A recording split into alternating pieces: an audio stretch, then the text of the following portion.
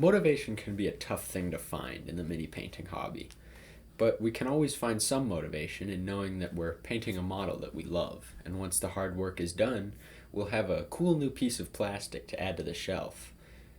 But what if that got taken away? What then? Hey, what's going on? I'm painting a gift for a friend right now, and while I do that, I want to talk about staying motivated on commissions, gifts, projects that aren't personal.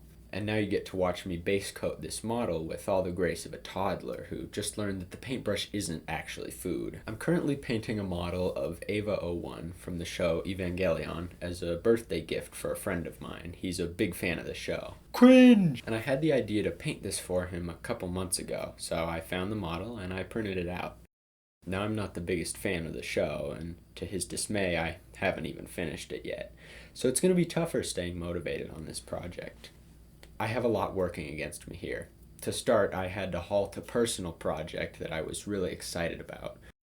I was in the process of painting a Gundam model in a style similar to that of Warhammer 40J on Instagram. If you haven't seen his work, go check him out. He's amazing. I'd been planning that project for a while, and I was really excited about finally getting into it. Now, to counteract this, I could have done a number of things, including putting it away while I worked on the gift. But instead I did myself no such favors and let the model sit about a foot away, staring at me the whole time.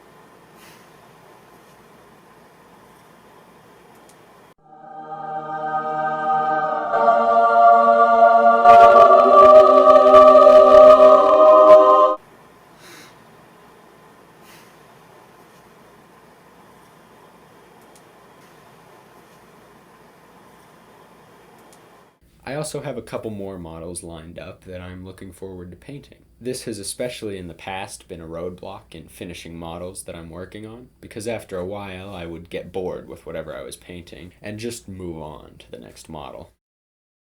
Now I have all these demotivators sitting like little devils on my shoulder, telling me to just give up and get my friend a t-shirt or a nice card instead. But here's how I ignore them and focus on the positives. First of all, I do love the design of the mechs from the show, so the design itself is at least somewhat inspiring and it keeps me semi-interested.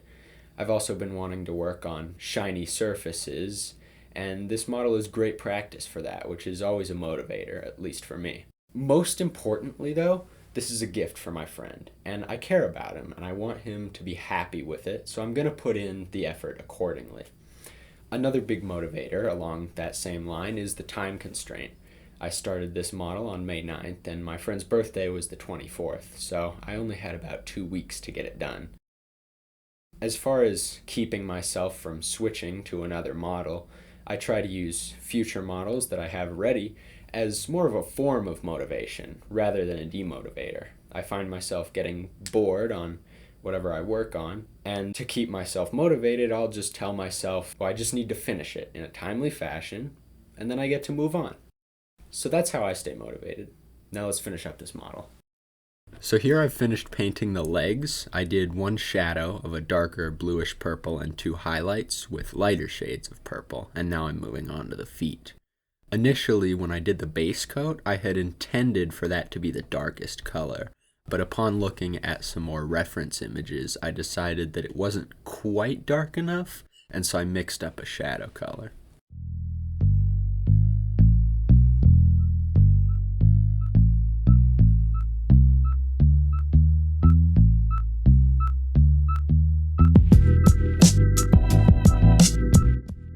You'll see I do a lot of hatching, which if you don't know what that is, it's where I paint those little lines instead of blocks of color. And I do this for a few reasons. Firstly, I just like the way it looks. It gives the model a bit more of a painterly feel, and I do this a lot in my digital art as well.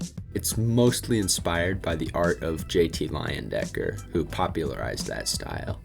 Secondly, though, more specifically for miniature painting, it's faster. By hatching, I'm avoiding having to blend layers as much, and blending is one of the most time-consuming steps in mini painting. And if I want to get a model done fast, but still have it look good, I'll opt for hatching.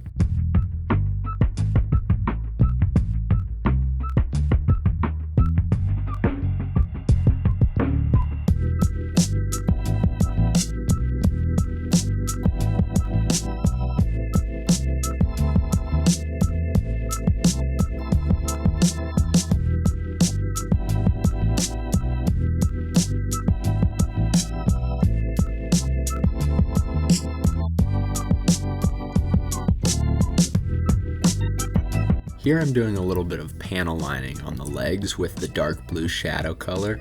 In the show, these lines are black, but for a miniature of this scale, I thought that might be a little too much and it would take attention away from parts that I wanted to focus on more. So I decided to go with a dark blue instead.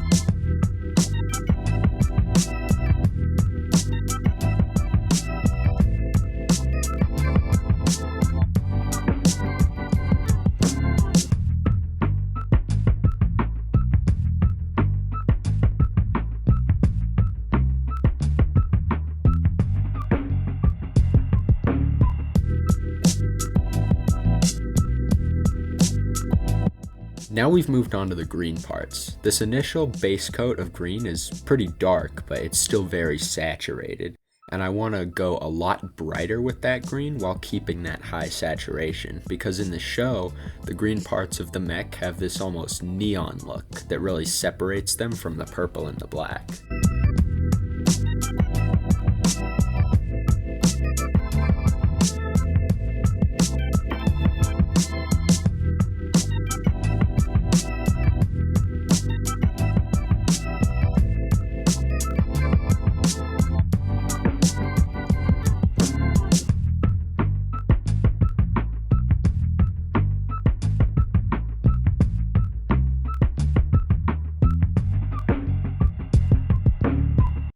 I don't really have too much to say here, so this is where I ask that you like and subscribe if you're enjoying the video.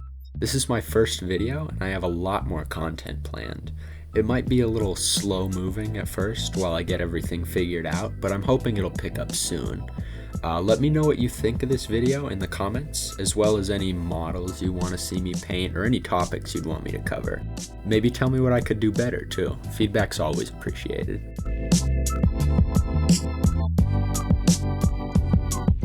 Here I'm painting the yellow parts. I wanted to have some nice smooth gradients from a deep orange to a bright yellow in these areas to contrast the hatching on the rest of the model and give them a glowy feel.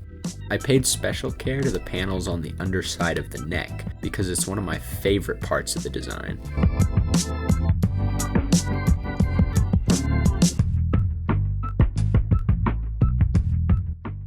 Alright, model's done. Now just a little bit of base work before the final reveal.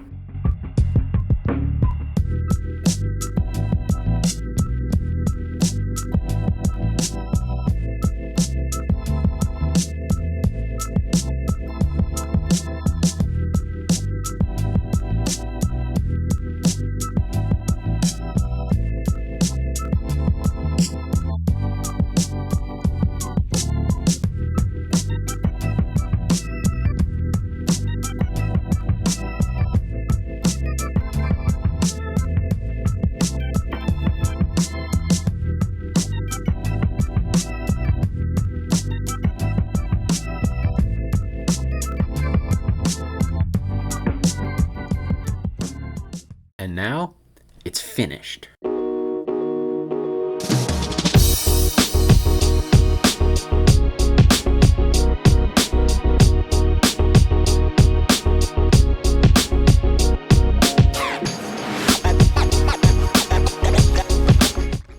I'm really happy with how this turned out, and it only took me a few hours. I hope my friend likes it.